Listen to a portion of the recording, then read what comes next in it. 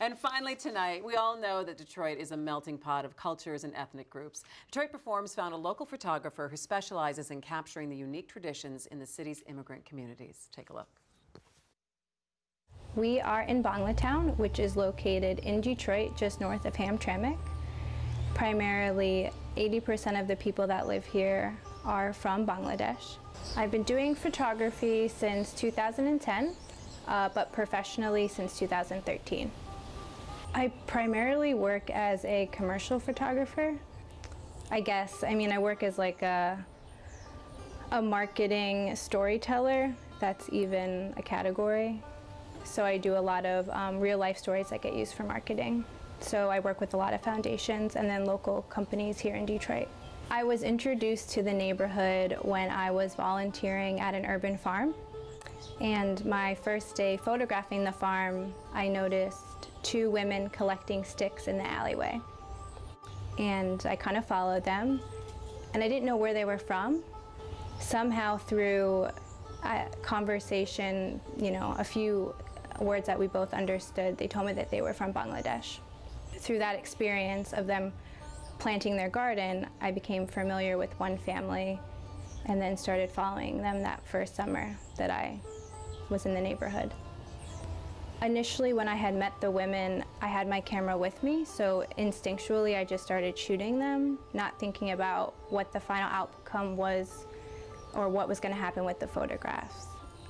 A professor of mine mentioned that he would love to feature the work on Detroit Center for Contemporary Photography's website. So about like 10 months later, I had shown the first set of work. Through that, I've continued to photograph the community and learn about more of the families because I started a women's center in the neighborhood for the women and children. Right now, we are in a donated garage that a Bengali gentleman gave me and the women of Bonglatown. So almost every Sunday, we meet here for art activities. So roughly there's 10 to 15 young girls, and sometimes the moms come because of the relationships that I've built photographing as well as working with the children and the women. I find that I'm also just helping them when they call me, giving them a ride somewhere, or they need to go pick up prescription, or working with one of the women to sell these baskets so I can give her a few dollars so then she can buy something that she needs.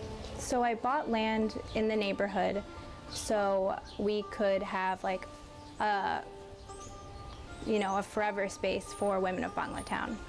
So not only for the girls have a place to gather every Sunday, but also a place for women to grow food if they need to. Yeah, growing food cuts so many costs for the women, and they also work with a friend of mine to sell the produce that they grow. So as much as I enjoy photographing these women in this community, it's also important for me to think about how can my resources help them, share what they do and just bring opportunity to the women because they deserve it. They do so much. They're like head of the household, and I think it's important that we honor that. Obviously, spending time with a community, you learn more about them and you can dig deeper into the story. But there's always a balance between when I go somewhere, making beautiful photographs, and that's the focus, but also hanging out and caring about the person I'm shooting at the same time. A lot of the women have shared a lot of